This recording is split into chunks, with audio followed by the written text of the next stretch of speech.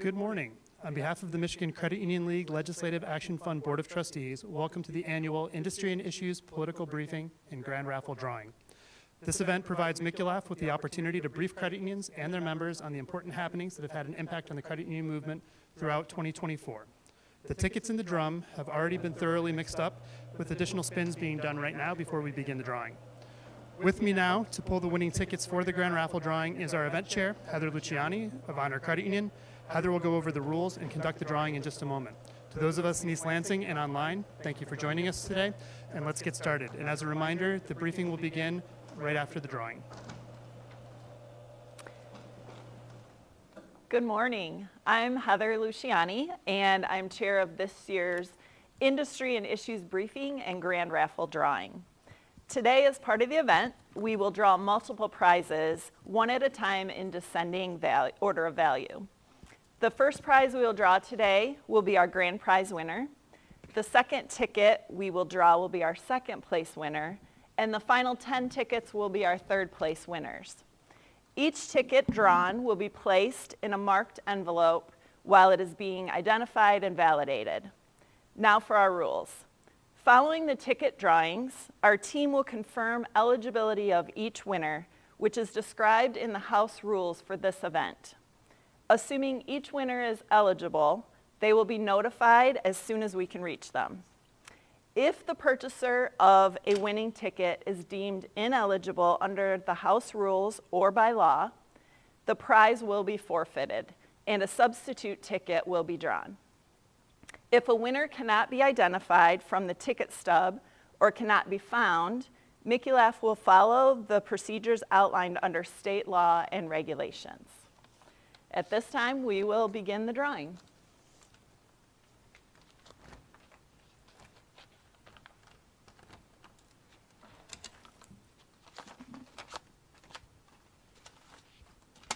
All right.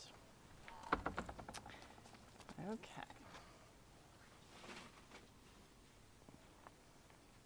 Our grand prize ticket goes to ticket number 063917. Again, that's 063917.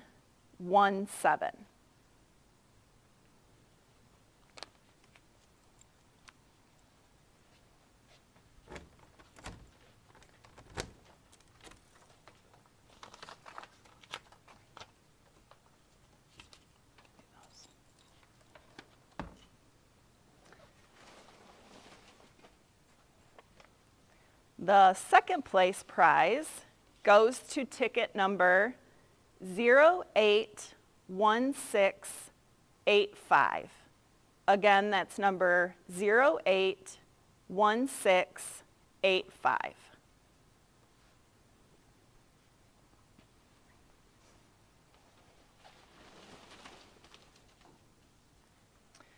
The first of our third place prizes goes to ticket number 086180. Again, that's 086180.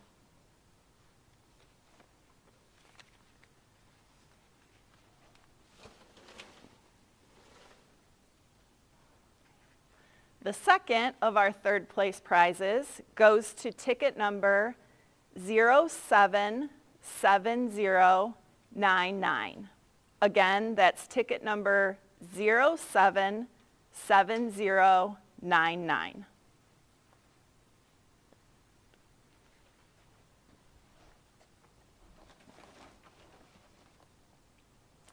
The third of our third place prizes goes to ticket number 072713. Again, that's ticket number 072713.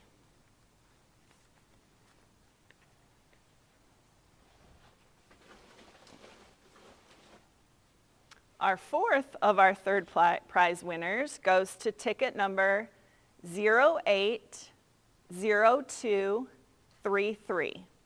Again, it's ticket number 080233.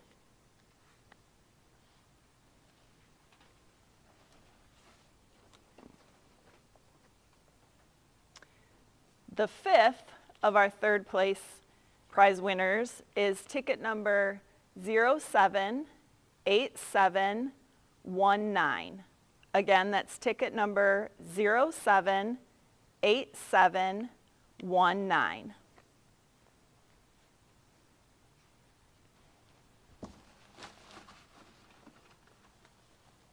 The sixth of our third prize winners goes to ticket number 092204.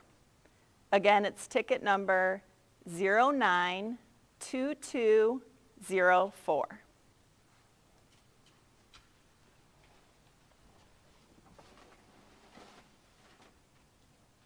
Okay, our seventh third prize winner goes to ticket number 064561. Again, that's ticket number 064561.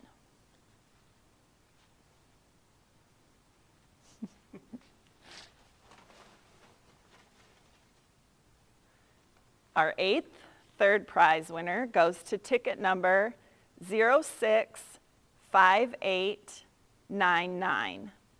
Again, that's 065899.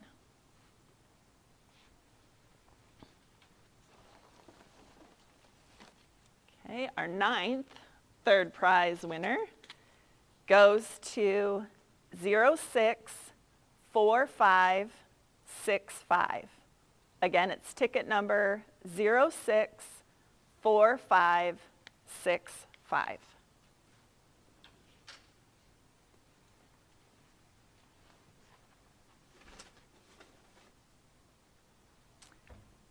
And our 10th and final third prize winner goes to ticket number 074000.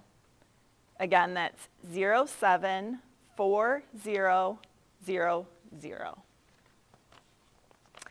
That completes our drawing for today, and at this time we will begin our industry and issues political briefing while our team begins verifying our winners.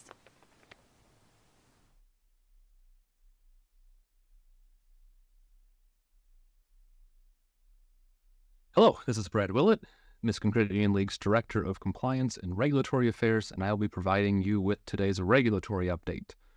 As always, we continue to seek ways to obtain the regulatory relief necessary to provide a clear path that allows credit unions to offer the products and services that their members and communities want and need, and to thrive while doing so. We are supportive, for example, of regulation that would allow credit unions to offer short-term, small-dollar loans as a necessary alternative to the increasingly available predatory lending products. Likewise, we are in support of rules that would allow credit unions to effectively service the state's growing cannabis business market, as well as for rules that would allow credit unions to offer digital currency custodial services to members as a safe, regulated alternative to the hundreds of unregulated entities currently serving the digital currency markets.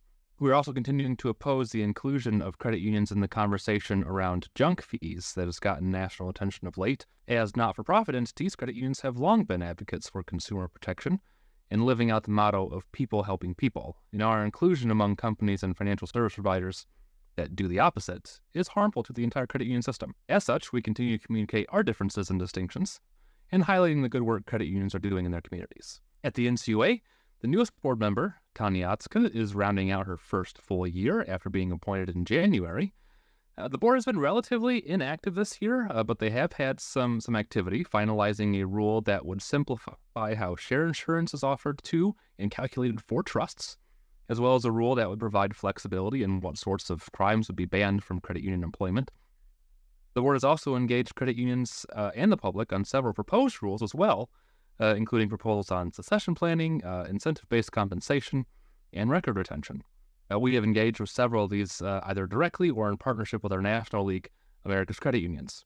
Likewise, the CFPB has published final rules that would set quality control standards for automated home valuation models, that would establish a search mechanism for establishing a standard-setting body for the industry's move to personal financial data rights, and they modified the maximum late fee that could be charged on a credit card, among other things. At the end of the day, in our engagement with federal regulators, we seek to ensure that our Michigan credit unions have the regulatory flexibility necessary to serve their communities to the fullest extent possible.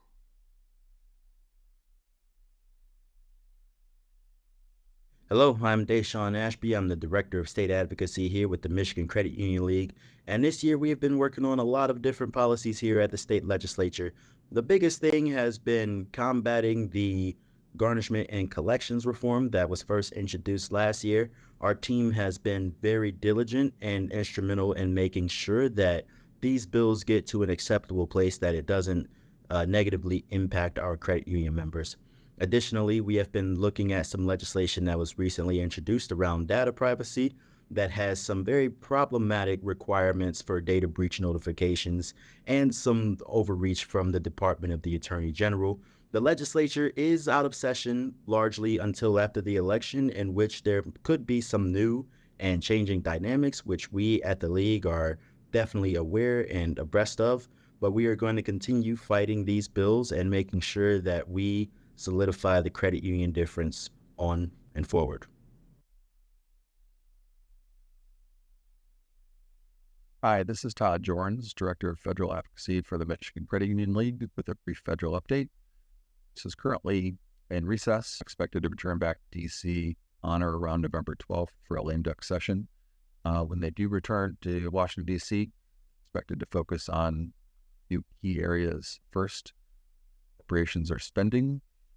Congress may look at an omnibus appropriations bill, which is a bill that ties together all 12 annual appropriation bills into one, or they could decide to look at a CR, continuing resolution, that might get them spring, perhaps even a CR that takes them to the end of the fiscal year, which number. Another option would be to pass a CR that would get them either January or February.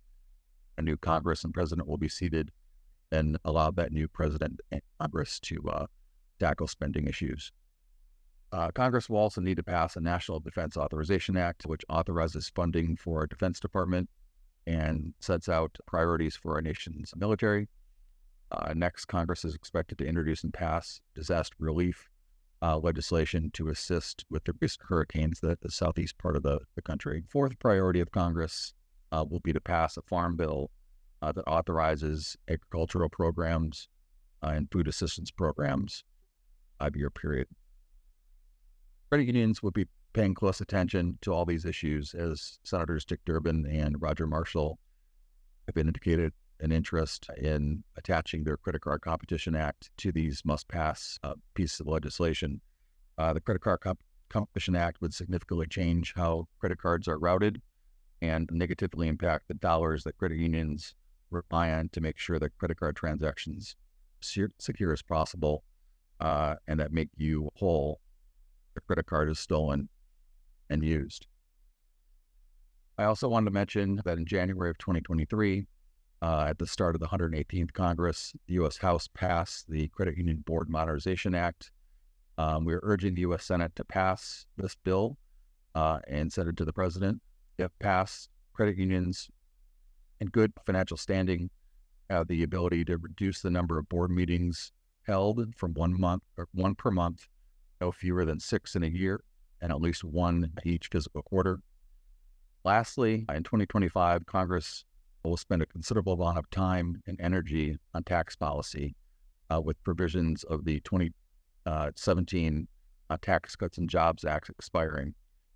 We put a lot of emphasis on educating our delegation on the importance of and benefits of a credit union not-for-profit tax status, TU difference, to ensure that our tax status isn't negatively impacted during next year's tax debate. Thank you for watching this year's Industry and Issues Briefing.